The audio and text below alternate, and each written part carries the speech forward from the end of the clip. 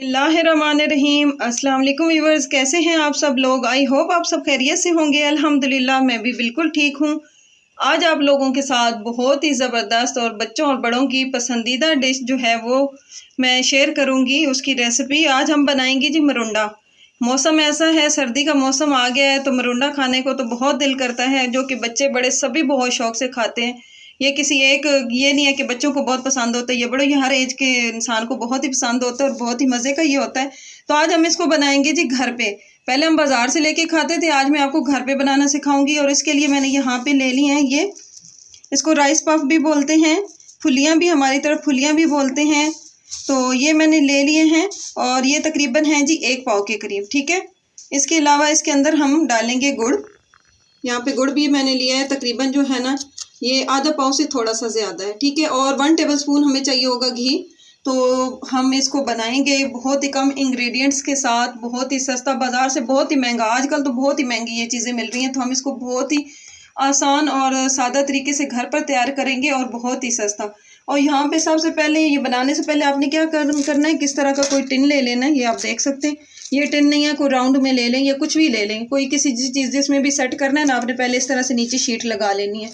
Butter paper है तो वो लगा सकते हैं। मैंने इस तरह से ये जो है ना ये चॉपर को कट करके वो लगाया, इसके ऊपर मैं लगा दूंगी घी, ताकि इसके अंदर जो है हम मरुंडे को सेट करेंगे और बाहर निकालने में आसानी होगी। और इसी में हम इसकी जो टिक्कियाँ कट कर लेंगे। तो सबसे पहले क्या करेंगे, ये जो राइस पफ है ना, इनको हम करेंगे ड्राई रोस्ट। ड्राई रोस्ट इसलिए करना है कि बाद में जो मरुंडा है ना वो ऐसे उसमें नमी सी नहीं आती, गीला गीला सा नहीं होता, वो क्रंची रहेगा। तो अभी हम पहले इसको ड्राई रोस्ट करते हैं, उसके बाद जो है हम इसकी अगले प्रोसीजर की तरफ जाएंगे। पैन मैंने चूल्हे पे चढ़ा दिया है, बिल्कुल जो है ना लो फ्लेम पे हमने पहले पैन को गर्म कर लिया, लो फ्लेम कर दी। और इसके अंदर जो है ना हम ये राइस पफ जो है इनको हमने ड्राई रोस्ट कर लेना, ठीक है। कोई ऑयल वगैरह घी कुछ भी नहीं डालना, बस ड्राई रोस्ट करना है इतनी देर कि ये अच्छे से क्रंची हो जाए, ठीक है। इनमें नमी नहीं होनी चाहिए, अच्छे से क्रंची होंगे तो मरुंडा भी उतना ही ज़्यादा मज़े का क्रंची बनेगा। और उससे भी जो आपने मेन काम करना है ना, ये जो राइस पफ है ना, इनको आपने अच्छी तरह से पहले छान लेना है, क्योंकि इसके अंदर रेत होती है, मिट्टी होती है। तो जब फिर आप मरुंडा बनाएंगे ना बगैर छाने हुए तो मुंह में आएगी तो अच्छा नहीं लगेगा, मज़ा किरकिरा हो जाएगा। तो आपने पहले इसको अच्छी तरह से छान लेना है। अभी इसको जो है ना 2-3 मिनट में ड्राई रोस्ट कर लेती हूँ और फिर आपको दिखाती हूँ। यहाँ पे तकरीबन 1.5 से 2 मिनट हो चुके हैं। लो फ्लेम पे हमने सारी जो फुलियाँ हैं ना इनको इस तरह से ड्राई रोस्ट कर लिया। पहले जब मैंने इनको इस तरह कर रही थी ना तो ये बड़ी ही जो है ना गीली गीली सी थी, और अब ये देखिए इतनी अच्छे से जो है ना ये अच्छे से टूट रही हैं और बहुत अच्छी सी जो है ना ये हो चुकी हैं क्रंची, ठीक है। हमें बस इनको क्रंची करना है। और देखिए कितना खूबसूरत सा कलर भी आ चुका है इनको। पहले ये वाइट थी, लाइट ब्राउन सा कलर, आगे से ज़्यादा आपने इसको नहीं पकाना वरना ये जल जाएंगी। अभी इनको निकालते हैं बाहर और फिर तैयार करते हैं मरुंडा। यहाँ पे पैन के अंदर मैंने जो है ना इसको पैन को साफ़ कर लिया था और 1 टेबलस्पून घी डाल दिया है। देसी घी है तो वो डालें, नहीं तो बनास्पति घी भी डाल सकते हैं। अब इसके अंदर मैं डाल दूँगी गुड़, और गुड़ को हम अच्छा सा जो है ना कैरमलाइज कर लेंगे। फिर मैं आपको दिखाऊंगी कि हमने इसको कितनी देर पकाना है। ये अभी थोड़ी देर में जो है ना बिल्कुल फ्लेम लो रखिएगा, गुड़ जल ना जाए। तो इसको हम जो है ना इसी घी में मेल्ट करेंगे, पानी का इस्तेमाल नहीं करेंगे, बहुत ही जल्दी मेल्ट हो जाएगा इसमें। बस इसको जो है ना हमने पकाना है। फिर मैं दिखाती हूँ कि कितनी देर हमने इसको पकाया है। गुड़ को अच्छी तरह से मेल्ट कर लिया, आप देख सकते हैं। जब इस तरह से गुड़ में बबल्स आने लगेंगे तो हम क्या करेंगे, इसमें जो है ना हमने 1 पिंच के करीब जो है बेकिंग सोडा डाल देना है, ठीक है।